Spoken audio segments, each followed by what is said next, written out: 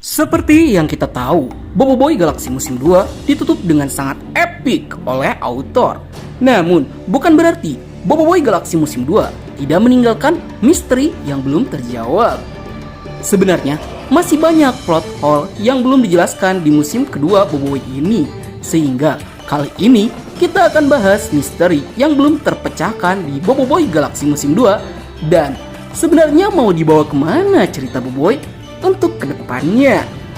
Jadi biar gak kelamaan, langsung saja kita mulai Boboiboy Galaxy Musim 2 episode petualangan baru. Let's check this out. Yeay!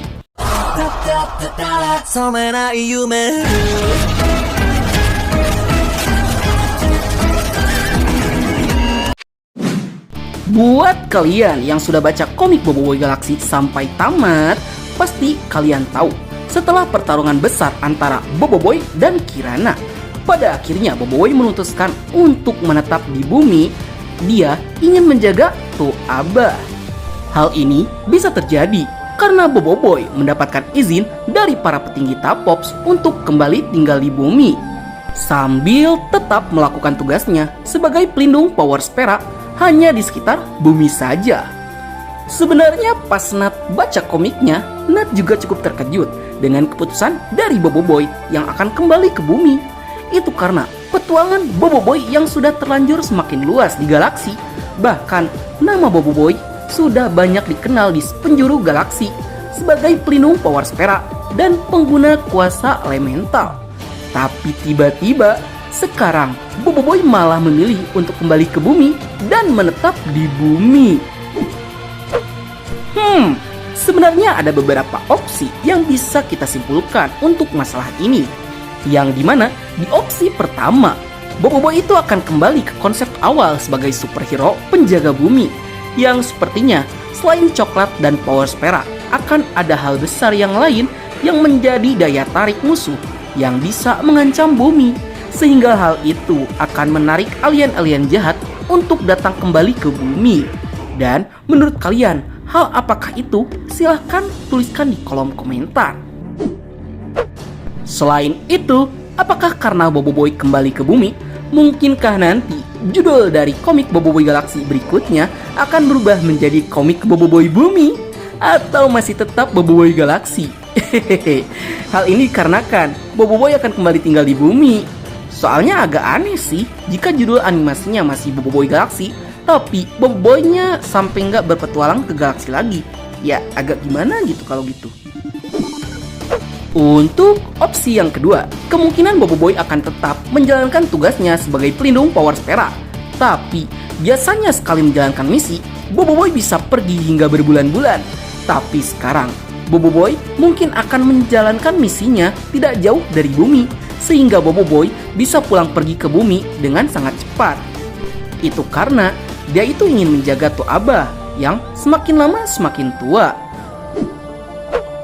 Selain Boboiboy yang kembali ke bumi, ada misteri yang membuat kita cukup penasaran soal retcon yang terjadi pada kuasa Ying.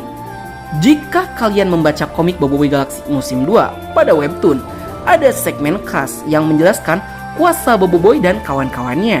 Tapi ada hal yang berbeda pada deskripsi kuasa yang dimiliki oleh Ying. Seperti yang kalian tahu, pada awalnya Ying diperkenalkan menggunakan kuasa lari laju, lalu diretcon menjadi kuasa manipulasi massa, dan sekarang sekali lagi diretcon menjadi kuasa manipulasi kelajuan. Yang tentunya kuasa manipulasi massa dan kelajuan merupakan dua kuasa yang berbeda. Tapi untuk hal ini sebenarnya tidak terlalu mengganggu dan tidak terlalu berdampak juga. Toh, Ying memang lebih fokus pada kelajuan ketimbang kuasa massanya. Justru yang menariknya, kenapa kuasa Ying perlu diretcon? Mencurigakan. Tapi, ingatkah kalian jika di Monster Pass 3.0 ada crossover antara Boboiboy dan Mekamato dalam sebuah movie BXM? Dan jika kalian ingat, Amato dewasa yang ada di Boboiboy itu merupakan aset dari animasi Boboiboy dan termasuk karakter animasi Boboiboy. Sedangkan Amato yang ada di Mekamato merupakan aset dari animasi Mekamato. Yang intinya tuh gini, Amato dewasa yang bertemu di Boboiboy itu bukan crossover. Itu karena Amato memang ayah dari Boboiboy. Tetapi jika Amato muda yang bertemu dengan Boboiboy, itu baru merupakan crossover. Itu dikarenakan saat Amato masih muda, Amato itu tidak kenal dengan Boboiboy karena timeline mereka yang berbeda. Nah, disinilah titik temunya. Kuasa Ying itu sengaja di-retcon. Itu karena nanti akan ada karakter baru pengguna kuasa manipulasi waktu yang akan membantu Boboiboy bertime traveler ke masa lalu. Atau mungkin sebaliknya. Sehingga di movie crossover Boboiboy dan Mekamato, Boboiboy akan bertemu dengan ayahnya yang masih muda dengan cara time traveler. Sehingga terjadilah crossover movie. Selain misteri-misteri yang sudah kita bahas, plot hole besar yang sampai sekarang tidak ada jawabannya adalah kemana perginya kedua orang tua Boboiboy. Hal ini bikin kita gemes banget selama membaca komik Boboiboy Galaxy musim 2. Itu karena sampai berakhirnya komik Boboiboy Galaxy musim 2, kabar dari kedua orang tua Boboiboy tidak pernah diceritakan sama sekali. Palingan Amato hanya terlihat di flashback Kapten Kaizo yang memang ngefans sama ayahnya Boboiboy. Entah monster ini sedang menyimpan kejutan besar yang dimana kemunculan Amato akan terjadi hanya pada event besar yang ada di animasi Boboiboy. Yang padahal berkali-kali Boboiboy dalam bahaya loh yang hampir merenggut nyawanya.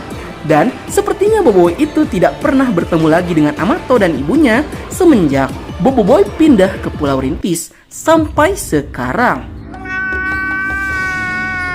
Kasihan banget ya Boboiboy. Dan ini tuh terlihat saat Boboiboy kembali ke kota hilir. Ibu dan ayahnya tuh masih tidak ada di rumahnya. Dan kita juga masih bingung sepenting apakah tugas Amato ini sehingga ia harus meninggalkan anaknya selama bertahun-tahun bersama Toaba.